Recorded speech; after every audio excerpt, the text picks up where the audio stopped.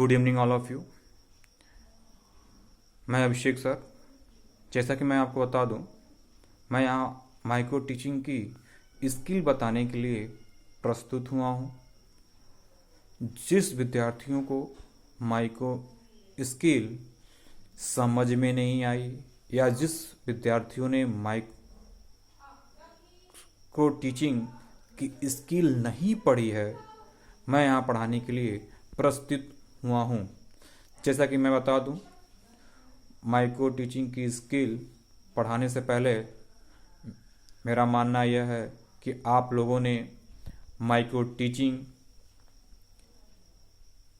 का इतिहास, अर्थ, अवधारणा, विशेषताएं, माइक्रो टीचिंग की चक्र, उसके चरण एवं सोपान और उसके गुण को आप लोगों ने पढ़ एवं लिख लिया होगा, ऐसा मेरा मानना है और आप लोगों को बताया भी जा चुका है। जैसा कि मैं बता दूं, मैं माइक्रो टीचिंग स्किल शुरू करने से पहले मैं एक चीज़ कहना चाहूँगा। माइक्रो टीचिंग स्किल कई स्किलों से बनाई जाती है। इसके कई स्किल होते हैं, कई रूपों में होते हैं, अलग अलग रूपों में। उसमें से पहला स्किल आपके सामने उद्देश्य लेखन कौशल, जो मैं आप लोगों को बताऊंगा कि उद्देश्य लेखन कौशल क्या होता है। उद्देश्य लेखन कौशल क्या होता है? उद्देश्य लेखन कौशल शिक्षा छात्रों के व्यवहार को इच्छित दिशा में परिवर्तित करने की प्रक्रिया है। इसी कारण इच्छित दिशा की ओर छात्रों के व्यवहार को स्पष्ट संकेत निर्धारित करना वांछनीय होता है। इस संकेत में अध्यापक उद्देश्य का स्वरूप धारण कर पाठ को उचित गतिमान करता है। इसमें एक लेखक ने कहा है कि शिक्षण उद्देश्य का तात्पर्य उन रीतियों के निर्माण से है जो जिनके शिक्षण प्रक्रियाओं के सहारे छात्रों को व्यवहार में निर्देशित परिवर्तन होना संभव है। इसके ये शैक्षिक उद्देश्य दो प्रकार के होते हैं। पहला सामान्य उद्देश्य, दूसरा विशिष्ट उद्देश्य।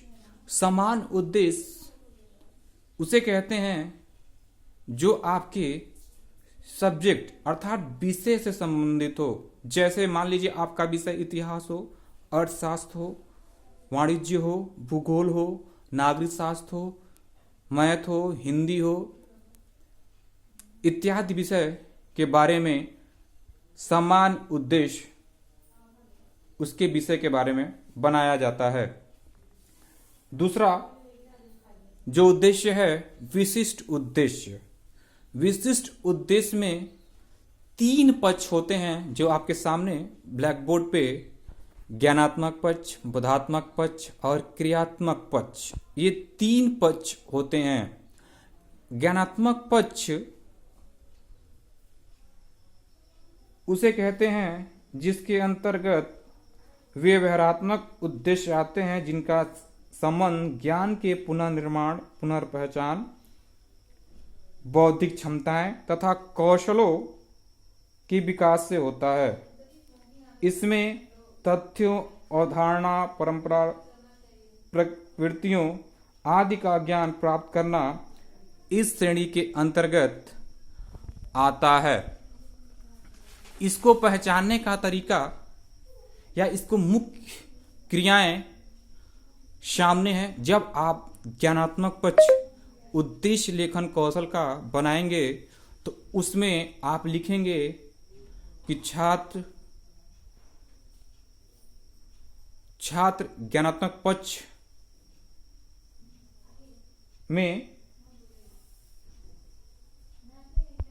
छात्र अर्थात आप किसी टॉपिक पे आप पढ़ा रहे हो तो आप मान लीजिए कोई टॉपिक पढ़ा रहे हो तो छात्र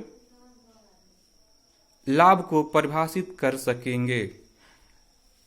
कहने का तात्पर्य है ज्ञानात्मक पक्ष की मुख्य क्रियाएं पहचानने का तरीका यह है उसमें किस प्रकार परिभाषा देना, उसके अर्थ को बताना, पहचानना, विभिन्न प्रकार के संकेत जानना, ये ज्ञानात्मक पक्ष में आता है। दूसरा है बोधात्मक पक्ष। इसमें छात्रों की रुचियों एवं बोध को निश्चित दिशा के विकास में किया जाता है। इसमें बोधात्मक पक्ष को पहचानने का तरीका यह है, इसकी मुख्य क्रिया यह है, इसमें जैसे व्याख्यान करना, सारांश देना, पक्ष विपक्ष में तर्क देना, उदाहरण देना, विशेषताएं बताना, वर्गीकरण करना, प्रकार, अंतर, भेद, समानीकरण करना, ये बोधात्मक पक्ष के अंतर्गत आता है। तीसरा है क्रियात्मक पक्ष। इसके अंतर्गत ऐसे स्वरूपों को सम्मिलित किया जाता है जिसमें बालक की क्रियाओं का पक्ष का विकास होता है। जैसा कि आप लोग के सामने ब्लैक बोर्ड पे क्रियात्मक पक्ष में इसकी मुख्य क्रियाओं को पहचानने का तरीका मॉडल, चार्ट, रेखाचित्र, कारण, परिकल्पना, निष्कर्ष, ये 3 रूपों में किया जाता है। यह 3 रूप उद्देश्य लेखन कौशल की प्रमुख क्रियाएं हैं। आपको मैं फिर से रिवाइज कर दूं कि उद्देश्य 2 प्रकार के होते हैं, सामान्य उद्देश्य और विशिष्ट उद्देश्य। और ये दूसरा जो विशिष्ट उद्देश्य है, इसके अंतर्गत ज्ञानात्मक, बोधात्मक, क्रियात्मक आता है। इसका प्रयोग हम कब करेंगे मैं आपको बता रहा हूं। जब आप किसी टॉपिक को आप पढ़ाएंगे, मान लीजिए आपकी टॉपिक लाभ है, तो लाभ को आप पढ़ाएंगे तो लाभ के बारे में ज्ञानात्मक पक्ष में आपका टॉपिक ही इस मुख्य बिंदुओं को आपको ध्यान से छांटकर या अपनी बौद्धिक स्तर पे आपको पहचानना होगा कि उसका ज्ञानात्मक पक्ष लाभ का क्या है, बोधात्मक का क्या है और क्रियात्मक का क्या है, ये आपको जानना होगा और उसी प्रकार आप बनाएंगे।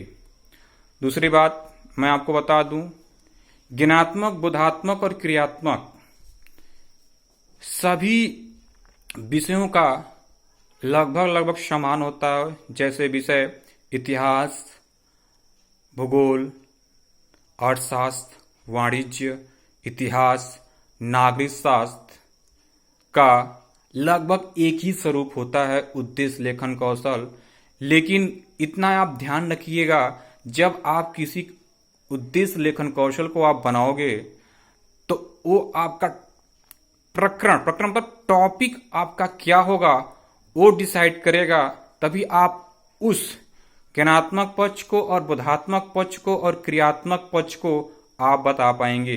अगर आपकी टॉपिक अपने विषयों में सबकी अलग अलग होगी, इतिहास की अलग टॉपिक होगी, इकोनॉमिक्स की अलग होगी, नागरिक शास्त्र की अलग होगी, वाणिज्य की अलग होगी और भूगोल की अलग होगी, और विषयों में जैसे मैथ, हिंदी, इन सब में ज्ञानात्मक पक्ष अलग अलग होते हैं।